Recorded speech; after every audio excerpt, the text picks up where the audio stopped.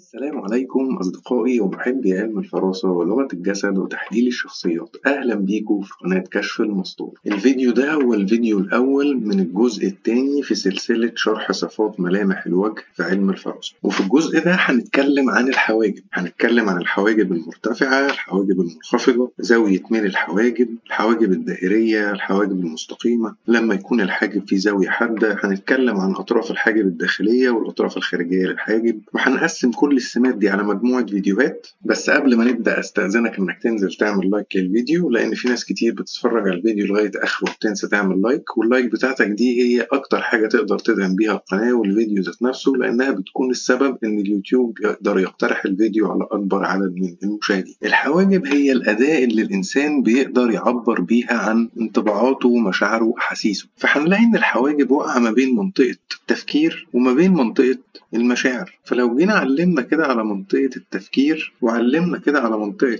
المشاعر، هنلاقي إن الحواجب وقع في النص بين المنطقتين، فهو في جزء بيقع في منطقة التفكير وجزء بيقع في منطقة المشاعر. فشكل الحواجب هو اللي يقدر يبين لنا الأسلوب أو الطريقة اللي الإنسان بيترجم بيها أفكاره المشاعر، أو بيترجم بيها مشاعره لأفكار. يعني أنت لو عملت تصرف معين مع شخص، شكل شعر الحواجب بتاعته هيبين لك الطريقة اللي هو هيستقبل بيها المشاعر اللي أنت صدرتها له دي، إزاي هتترجم لأفكار جوه دماغه. والعكس صحيح، لو هو عايز يرد عليك، الأفكار اللي هو فكر فيها وبقت الرد، شكل شعر الحواجب هيبين لك إزاي هو هيقدر يترجم الأفكار اللي في دماغه دي لمشاعر يصدرها لك، تفهم من وراها التفكير اللي جوه دماغه عبارة عن ايه. وبمناسبة التفكير اللي جوه دماغه اللي هي مسؤولة عنه منطقة الجبهة، هتلاقيني سايب لك في الآية اللي هتظهر هنا الجزء الأول من سلسلة شرح صفات ملامح الوجه في علم الفراسة، واللي كانت مسؤولة عن كل الصفات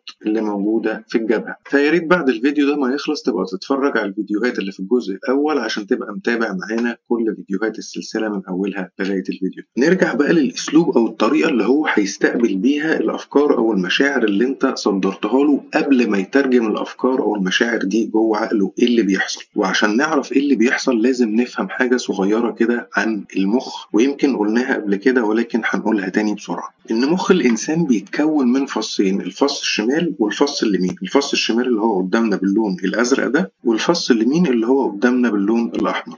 الفص الشمال في مخ الإنسان هو المسؤول عن عملية التحليل أو المنطق أو الأفكار والوقائع والحقائق والعمليات الحسابية والتدريب والتعلم واللغات والكتابة. أما بالنسبة للفص اليمين فهو المسؤول عن التخيل، عن الأحاسيس والمشاعر والعواطف، عن الابتكار، عن المجالات الفنية والحدس والإبداع والمقارنة. فكده باختصار شديد نفهم إن الفص الشمال في مخ الإنسان هو المسؤول عن المنطق والحاجات العقلانية، لكن الفص اليمين هو المسؤول عن الحاجات الفنية وعن المقارنة بين الأشياء. وده اللي هيفيدنا في إن إحنا نفهم لو رجعنا بقى للصورة دي وشيلنا كده العلامات دي، إن الإنسان لما بيستقبل فكرة أو معلومة أو تصرف من حد، يا إما بيستقبله بالفص الشمال اللي هو مسؤول عن المنطق، يا إما بيستقبله بالفص اليمين اللي هو مسؤول عن إدارة المشاعر والمقارنة بين الأشياء. والجزء المسؤول عن تحديد إذا كان الإنسان هيستقبل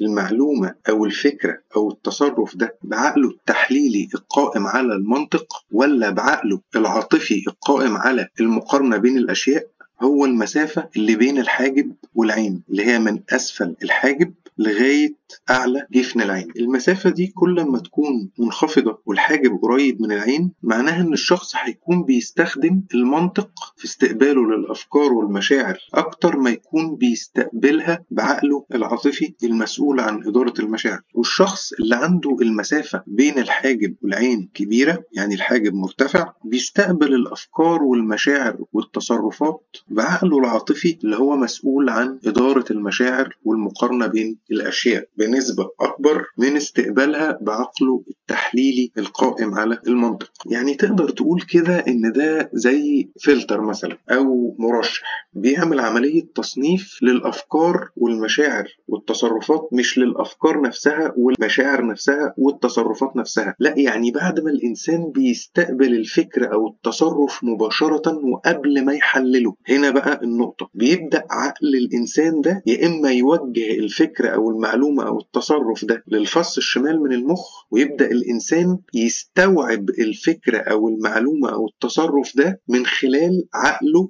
المنطقي، وده الشخص اللي هو حواجبه بتبقى قريبة للعين. أو بعد ما سمع الفكرة أو المعلومة أو التصرف وقبل ما يحلله، مخه أو بالأخص منطقة الإدراك بتبدأ توجه الفكرة أو المعلومة أو التصرف ده للفص اليمين من المخ، أو الفص اللي هو مسؤول عن الفنيات والمشاعر وإدارة المشاعر والمقارنة والحدس والتخيل. فهنا الإنسان هيبدأ يحلل الموقف أو التصرف أو الفكرة بناء على وظائف الفص اليمين من المخ، وده طبعا الشخص اللي بتبقى حواجبه أعلى من العين. عشان كده إحنا بنقول إن هو انتقائي. ليه بقى هو انتقائي؟ لأن الجزء بتاع المقارنة في المخ موجود في الفص اليمين، فهو بيستقبل الأفكار والمشاعر والتصرفات بالفص ده، فبيبدأ يقارن ما بين اللي هو استقبله وما بين المعايير الداخلية اللي هو مثبتها جواه إنه مش هيقبل أقل من كده. وهي دي وظيفة من وظائف الفص اليمين في المخ، إن هو بيقارن ما بين حاجتين: معلومة أو معيار ثابت عنده هو، ومعلومة تانية بيستقبلها وبيبدأ يقارنها بالمعيار الثابت عنده، ويشوف ده مقبول ولا مش مقبول. فهنا الإنسان بيبدأ ينتقي ويختار الحاجة اللي هيقبلها اللي هتتوافق معاه، ويرفض الحاجة اللي مش هتتوافق مع المعايير الثابتة اللي جوه عقله. طبعا ما بيبقاش الشخص ده بيحلل كل الحاجات اللي هو بيستوعبها 100% بنص مخه اليمين، لا طبعا هي بتبقى النسبة الأكبر للفص اليمين. يعني ولتكن مثلا بنسبة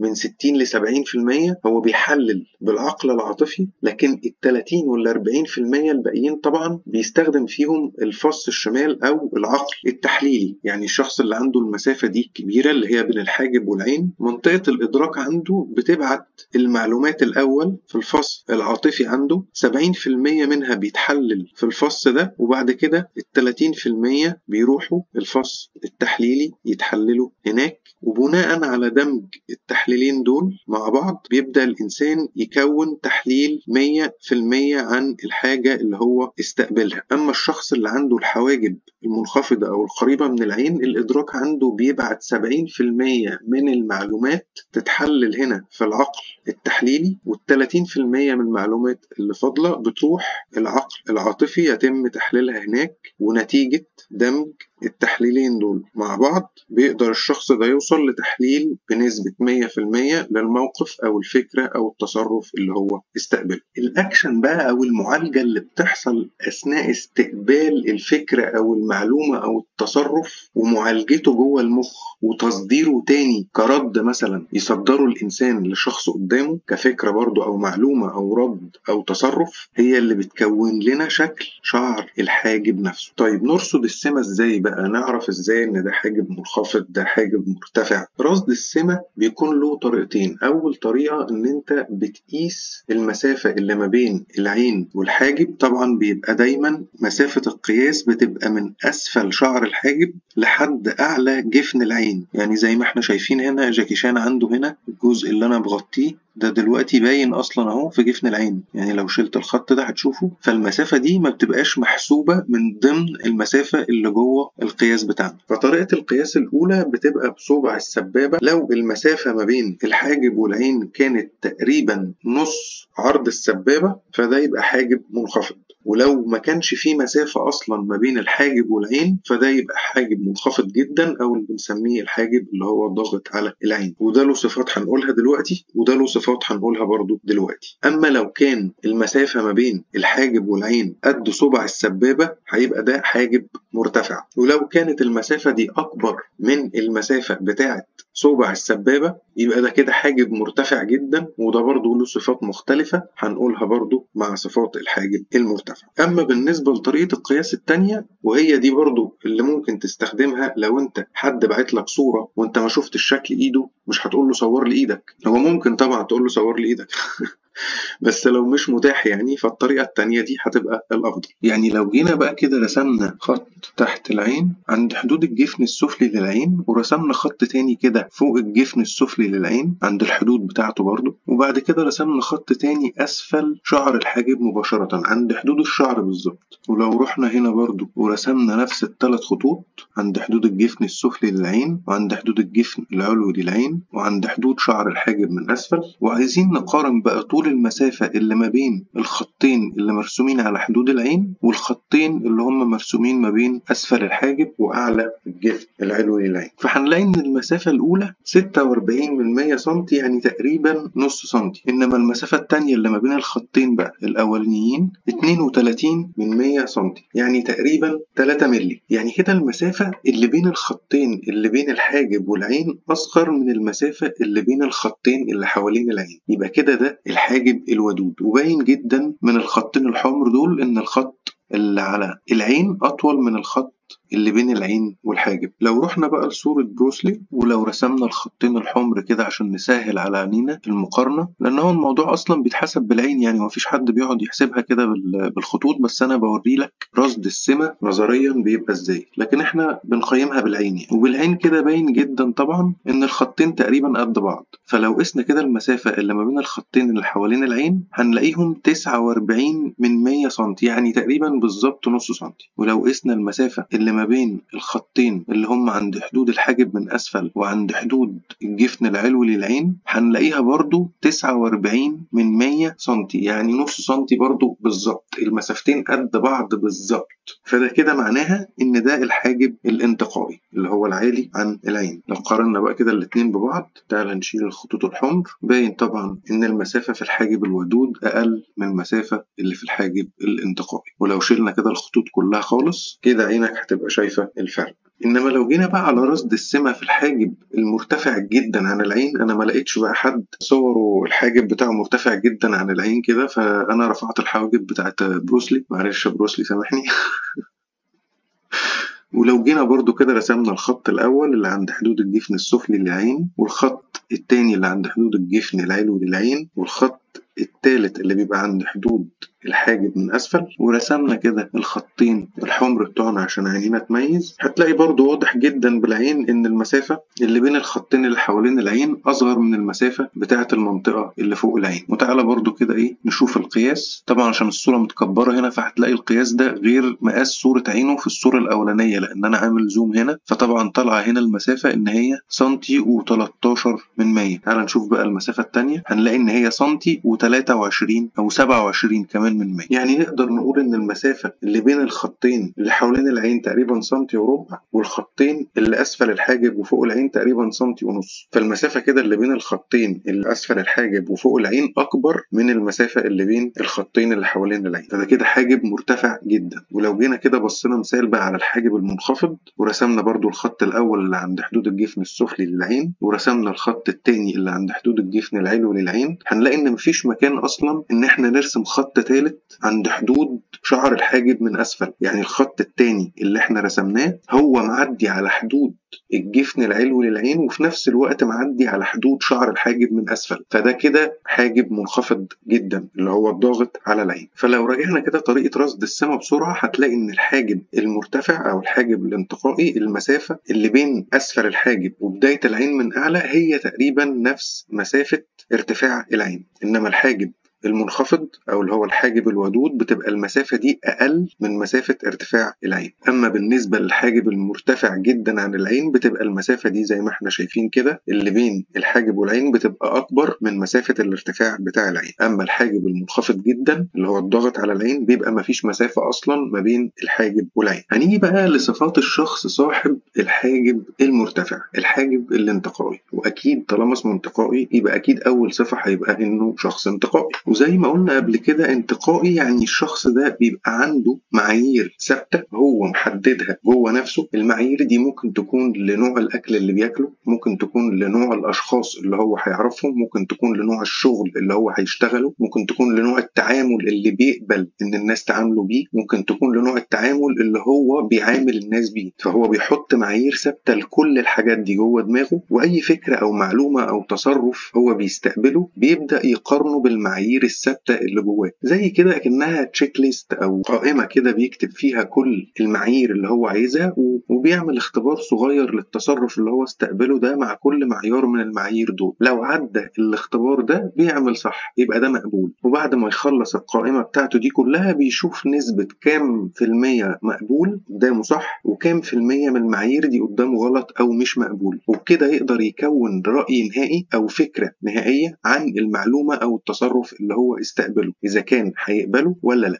فهنفهم من هنا ان هو بيبقى شخص متريث، مش هنقول ان هو بطيء، يعني متريث شوية. قبل ما بياخد قراره بياخد وقت في التفكير. وبما ان هو انتقائي برضو هنفهم ان هو شخص تصنيفي، بيصنف الاشياء. خلي بالك التصنيف غير الترتيب. الترتيب هو ان انت بترتب الاشياء ايا كان تصنيفها، فالشخص عشان يعرف يصنف شيء لازم يرتبه الاول وبعد كده يبدأ يصنفه. التصنيف بقى ان انت بتحدد نوعية الشيء اللي انت بترتبه ده. يعني لو حد كده جاب لك صندوق فيه كمية كتب كتير قديمة عنده هو ما بيستخدمهاش وادالك الصندوق ده هدية، فالترتيب ان انت هتفتح الصندوق وتطلع الكتب ترتبهم ايا كان الكتب دي نوعها ايه. انما التصنيف ان انت بعد ما هترتبهم هتبدأ تشوف الكتب مثلا اللي بتتكلم في علم النفس هتحطهم مع بعض، الكتب اللي بتتكلم في الكورة هتحطهم مع بعض، الكتب اللي بتتكلم في الفلسفة هتحطهم مع بعض. ده هو التصنيف. وبعد التصنيف بترجع تعمل عملية ترتيب تاني بقى، اللي هو كل صنف من دول هترتبه ازاي مع الصنف الاخر. وطبعا زي ما قلنا ان التصنيف ده جاي من وظيفة المقارنة اللي موجودة في الفص اليمين من مخ الانسان. فتخيل كده بقى الشخص اللي عنده صفة التصنيف ده لما انت بتقول له على فكرة بيبدأ بقى يرتبها ويصنف المشاعر اللي فيها ويحسها، يعني يحللها بناء على المعايير اللي احنا قلناها دلوقتي دي، وبعد كده يقول لك رأيه فيها او رده عليها. ونفس الفكرة لو استقبل تصرف بيبدأ يعمل عملية تصنيف للمشاعر اللي هو حسها من خلال التصرف ده، وبيعمل تصنيف للموقف نفسه، للتصرف نفسه، مقبول مش مقبول، مشاعر حاسسها إيجابية حاسسها سلبية، بيبدأ يحلل بالإحساس. وبرضه ده اللي هيدعم معانا صفة إن هو بيبقى متريث أو بطيء في التفكير. بيبقى شخص رسمي بيحب الناس تتعامل معاه برسمية، يعني تقول له يا مستر، يا أستاذ، حضرتك،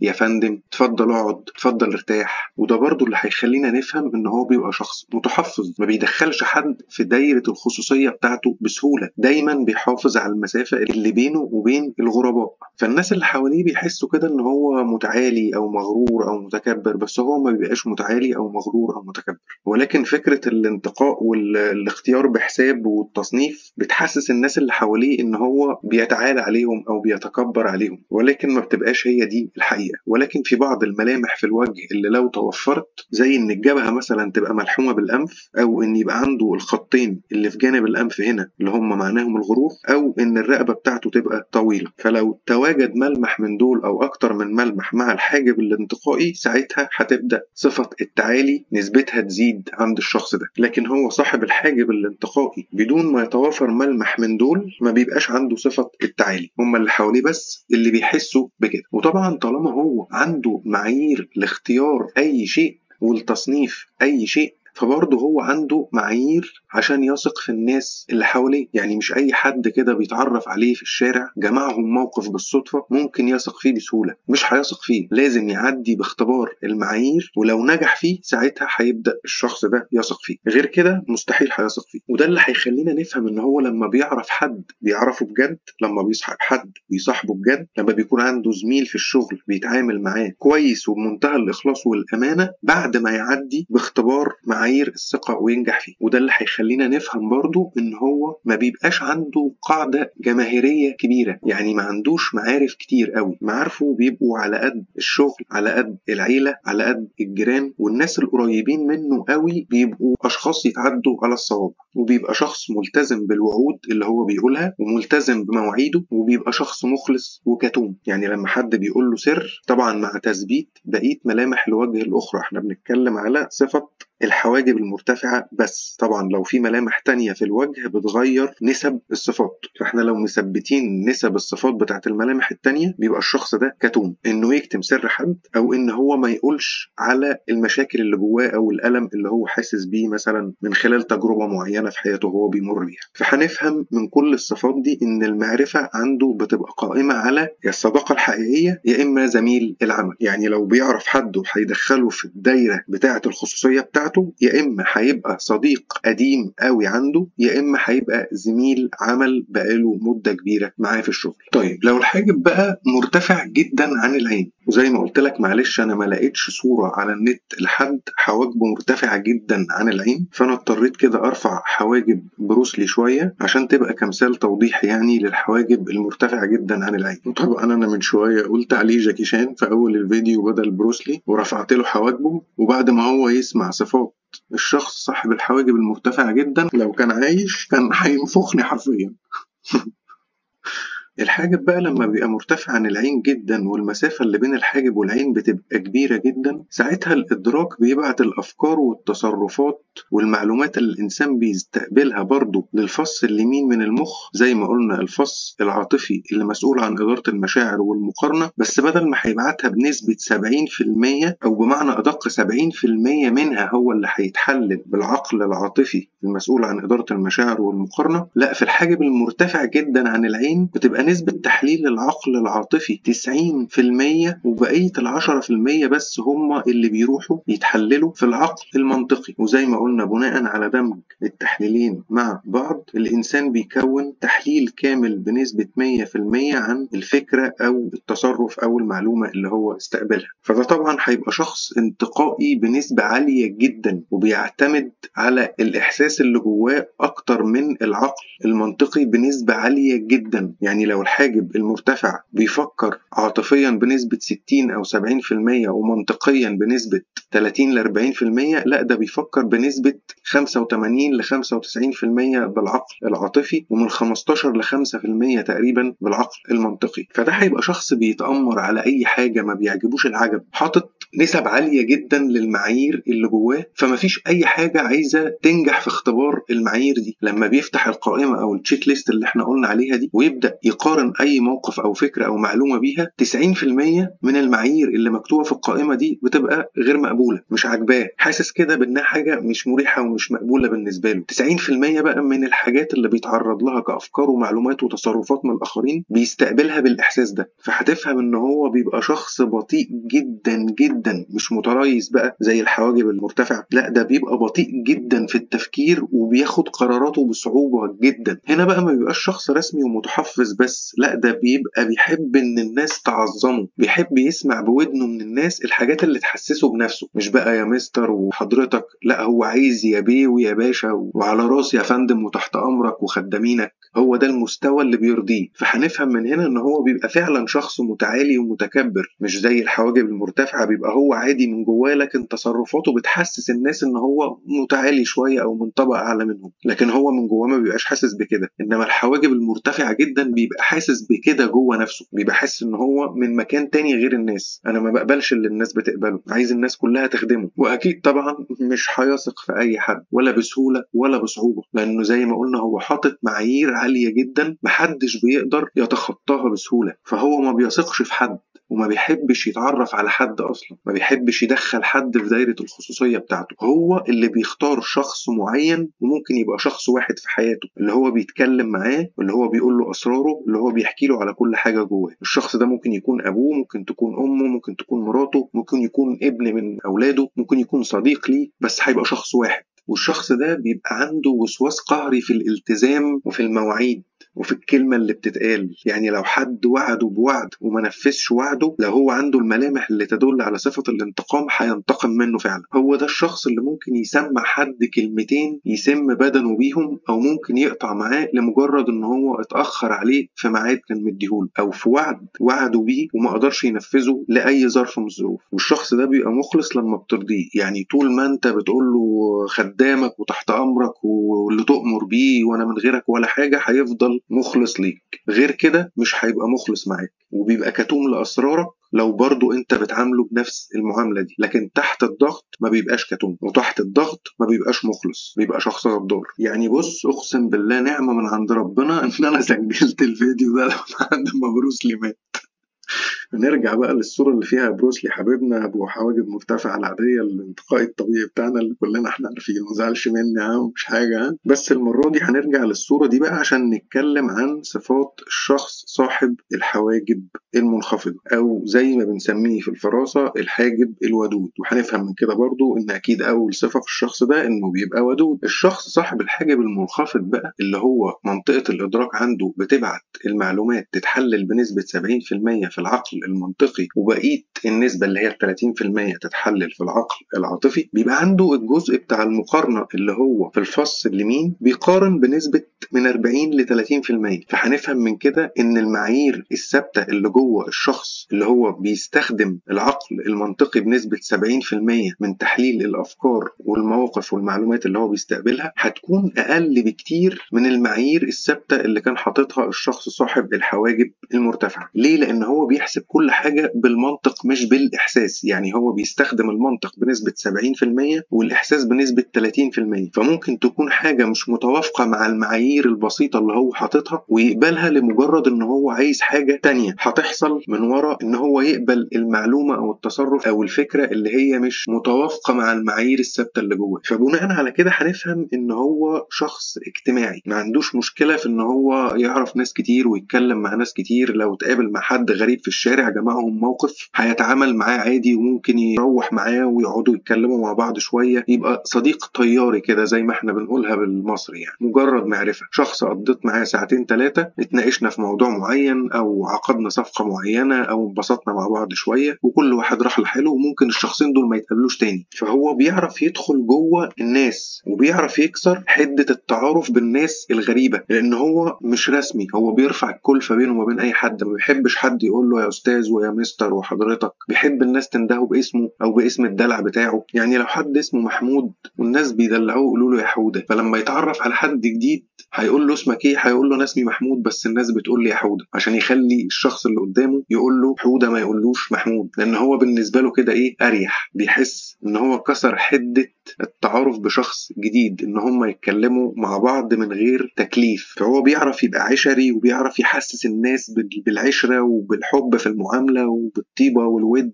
بس مش معنى كده ان هو طيب، خلي بالك، هو بيتعامل بطيبة مع الناس الغريبة، لكن إذا كان طيب أو مش طيب دي ليها ملامح تانية بنقدر نعرفها منها. هنفهم برضو كده من كل الصفات دي إن هو بيحب يساعد الناس، وإن هو بيبقى سريع في التفكير مش بطيء.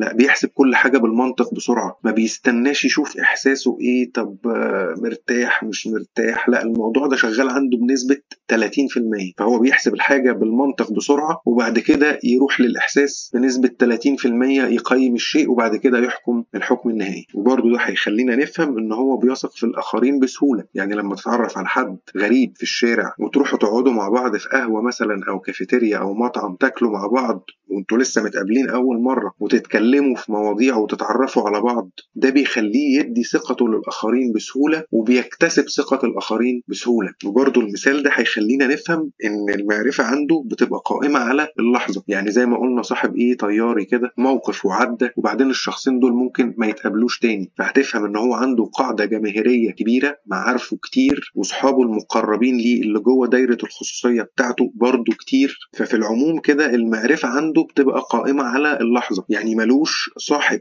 ثابت هو اللي بينزل معاه كل يوم أو هو اللي بيحكي له على أسراره زي صاحب الحواجب المرتفع. لا، ده عنده صحاب كتير كلهم قريبين. النهاردة ممكن ينزل مع ده، بكرة ممكن ينزل مع واحد تاني، بعد بكرة ينزل مع واحد تالت ده اللي بيحكي له على أسراره، بعد بكرة ينزل مع واحد رابع ده اللي بيتمرن معاه. فاهم؟ يعني هو بيكون صداقات من كل مجال أو هواية هو بيمارسها، بيصاحب دايما كل الناس اللي حواليه. فتلاقي عنده صحاب من هنا وصحاب من هنا وصحاب من هنا، ودول بيعمل معاهم حاجة غير دول بيعمل معاهم حاجة تانية غير دول بيعمل معاهم حاجة تالتة. فالشخص ده هتلاقي عنده طموح وسريع وبيتحرك وبيحب يعيش اليوم وحيوية ويخرج وهكذا. بس حتة بقى المواعيد والوعود بتبقى عنده ايه، نص نص. بما ان هو متسرع ومتحرك وطموح وكل يوم في حتة وكل يوم بفكرة وكل يوم مع حد، فممكن يديلك ميعاد وينساه، ممكن يديلك ميعاد ويتأخر عليه عشان كان مشغول بمكالمة تانية مع حد تاني او بحاجة تانية هو بيعملها، ممكن يوعد حد بحاجة وينسى اصلا الوعد ده او يرتبط بظروف تانية فما يقدرش ينفذ الوعد ده. فالناس بتشوفه ان هو احيانا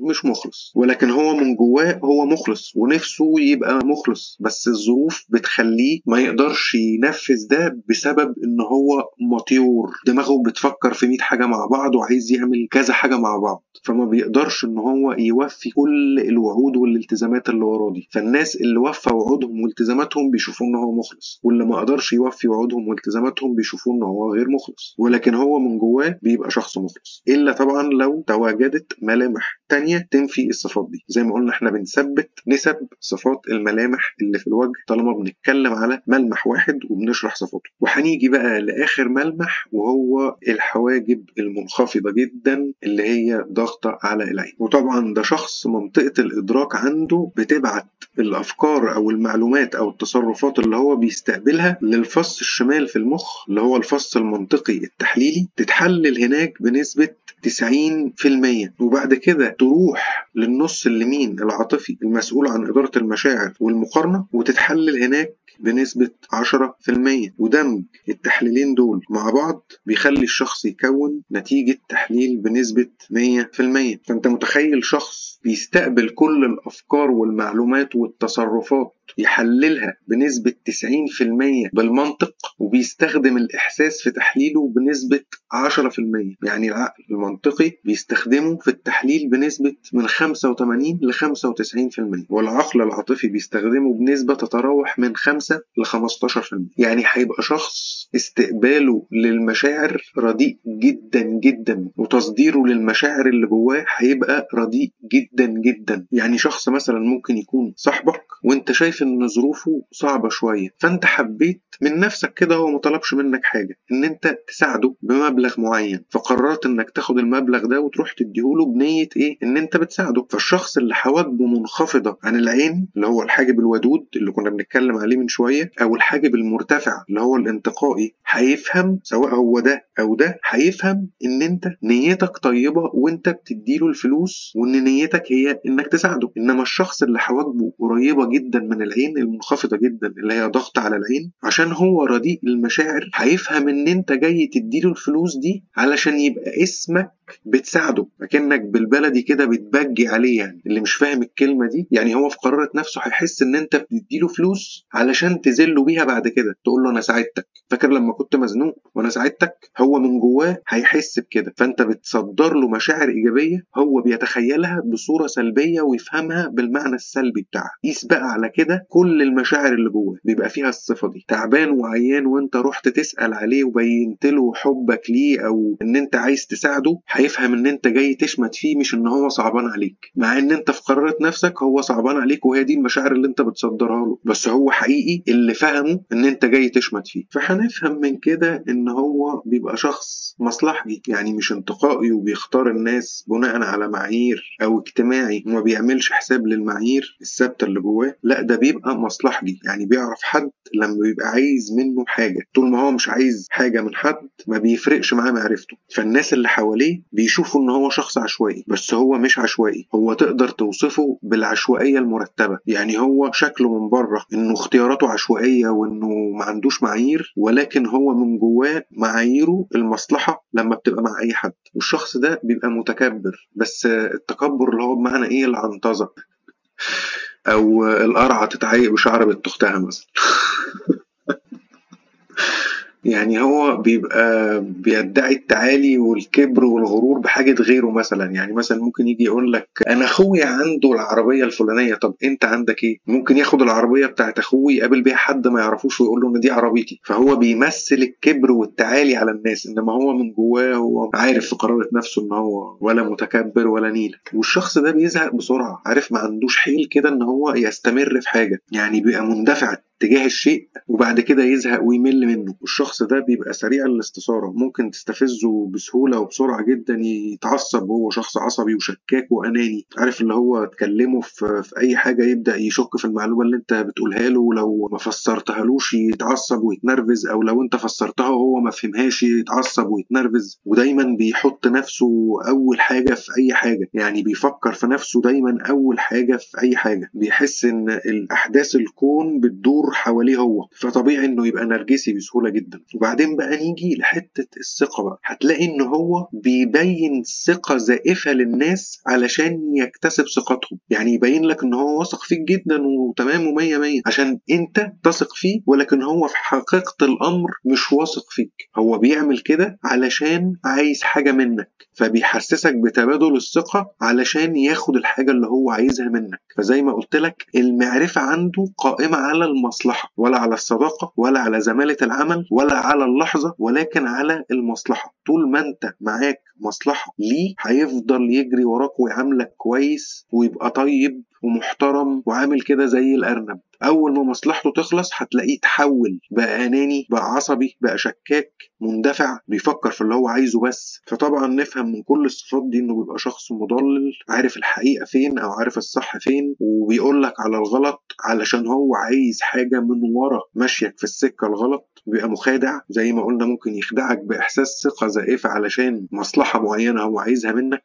وأول ما المصلحة دي تخلص بينقلب 180 درجة. فده شخص غدار، يمثل عليك الإخلاص، أول ما ياخد المصلحة تلاقيه تحول تماما. والناس برضو اللي حواليه زي ما بيشوفوه عشوائي بيشوفوه غريب الأطوار. عارف انت، شخص مش مفهوم، لأن هو برضو بيبقى مودي شوية، لأن هو الحالة اللي هو فيها دي بتسبب له ضغط عصبي ونفسي مستمر هو مش حاسس بيه، لأنه تعود إنه يعيش معاه. بس تأثير الضغط النفسي العصبي ده بيفضل يأثر عليه، وهو بيستقبل هذا التأثير حتى لو هو تعود يتعايش معاه، ولكن بيأثر عليه. ففي قرارة نفسه هو مش معجب بالحالة النفسية بتاعته، إن هو بيستقبل أفكار وتصرفات ومعاملة الناس بالطريقة دي، وإن هو بيصدر لهم الأفكار والتصرفات والمعاملة بالطريقة دي، ولكن هو بيبقى واخد حقنة بنج وبيتعايش مع ده. فهتلاقيه شوية مبسوط، شوية مكتئب، شوية حزين، شوية بيضحك. فيعني تقدر تختصر الشخصية دي في 3 كلمات: مصلحجي، رديء المشاعر، وسيء الخلق، وسيء القبل. فلو جينا بصينا سريعا كده على ملامح الشخص ده، هتلاقي ان انت عندك الانف معوجة، ادي رداء في المشاعر. الوجه العظمي، طبعا الوجه كله معضم زي ما انت شايف، مفيش شفايف اصلا تقريبا، وبالذات الشفة اللي فوق بص، فده يعني مفيش مشاعر اصلا، عديم المشاعر. عندك الجبهة المسطحة اللي هي العظمية، نفس القصة، شخص جاف بيرزع الكلام اللي جواه زي ما هو، ما بيفكرش اصلا هو الكلام ده هيأثر في الناس، هيجرحهم، هيوجعهم. عندك الجفن السفلي للعين هنا خط مستقيم، شخص لا يكن مشاعر الآخرين. وفي الجانب العملي جفن العين السفلي زي ما انت شايف دائري جدا بزيادة، وده معناه ان هو عنده عنصرية. طبعا الخد المطبق ده غير ان هو بيبقى عديم المشاعر، شخص بيحب الامتلاك. عندك برضو لون العينين الخضراء، غدار. عندك برضو الانخفاض اللي في الجزء ده، بيبقى شخص جبان، والخط ده نفسه كده معناه انه شخص عدواني وغدار. عندك هنا يعني شوف سبحان الله، بقية ملامح الوجه كلها بتدل على نفس الصفات اللي موجودة عنده في الحاجب ده، من مكان الحاجب بس، مرتفع أو منخفض. وطبعا مش هننسى بقى الشخصية الرهيبة اللي عندها الحاجب جوه العين، مش ضاغط على العين. الديكتاتور هتلر. ودي آخر صفة من صفات الشخص صاحب الحاجب المنخفض جدا الضغط على العين، إن هو بيبقى ديكتاتور، عايز يمشي اللي جوه دماغه بس، وعايز يمشي الناس كلها على مزاجه. فبرضه سريعا كده عندك أهو جبهة ملساء وعظمية زي التاني. طبعا الحاجب ضاغط جدا على العين. طبعا مثلث الانتقام عنده رهيب ونازل لتحت، ده شخص غدار جدا. عندك برضه ملامح الغدر، عندك الخط ده أهو بص راح فين، والانتفاخ اللي هنا ده برضو معناها ان هو شخص عدواني. طبعا مفيش شفايف لا فوق ولا تحت، فده ما عندوش مشاعر اصلا. طبعا شايف العنصريه، بص الجفن مدور جدا ازاي، برضو تحس ان الوجه مطبق من هنا، يعني الوجه ماشي كده وبعدين كده. فطبعا ده شخص بيحب الامتلاك وعديم المشاعر. تخيل بقى عندك الانخفاض برضو اللي هنا ده يدل على ان هو شخص جبان، رغم كل اللي هو عمله ده، بس جوه قرارة نفسه ان هو جبان، هو مش شجاع. لذلك هو كان بيموت نفسه عشان يخلي الجنود بتوعه قلبهم ميت وما بيخافوش من اي حاجة، عشان يقدر يحكم بيهم العالم كله، فيقدر يرضي احساسه بالجبن اللي جواه. انما هو لوحده كانش يقدر يعمل اي حاجة. طبعا انا لو كملت تحليل فيه هنقعد نحلل فيه لبكره، لان هو ملامحه كلها صفات منيلة ب60 نيلة. الحاجة بس الوحيدة اللي كنت عايز اضيفها لك ان صاحب الحاجب المنخفض جدا من العين بيبقى شخص غير انه نرجسي، بيبقى ديكتاتور. ولو اجتمعت معاه ان الراس تبقى دائرية زي ما انت شايف شايف كده في المحيط بتاعها من هنا كده والأسفل الراس كلها كده دائرية، بيبقى الشخص ده سايكوباتي مكلكع نفسيا، عنده عقد وكلاكيع نفسية كتير. بس ده مش أي حد دماغه مدورها. الشخص اللي بيبقى ديكتاتور ونرجسي لما دماغه بتبقى كلها دائرية بيبقى شخص سايكوباتي. عشان بس زي ما قلنا يا جماعة، كل ملمح لوحده له معنى، لكن تربيط الملامح مع بعض بيدي معنى تاني خالص. انت مش اي حد هتشوفه دماغه مدورة سايكوباتي سايكوباتي. ممكن نشوف برضو مثال معانا كده للحواجب المرتفعة العادية، اللي هو الحاجب الانتقائي. زي ما انت شايف اهو، بص المسافة دي اهي تقريبا نفس المسافة دي. عندك حاجب ودود اهو برضو، بص المسافة دي اكبر من المسافة دي. اشكركم سيداتي انساتي سادتي على حضوركم الفيديو، وحشتوني جدا من الجزء الاول، واتمنى يكون الشرح كان مفيد وواضح. ولو عجبك الفيديو اعمل لي لايك، ولو ما عجبكش اعمل برضو. ولو لسه ما اشتركتش في القناة اشترك في القناة، واترككم في رعاية الله وامنه.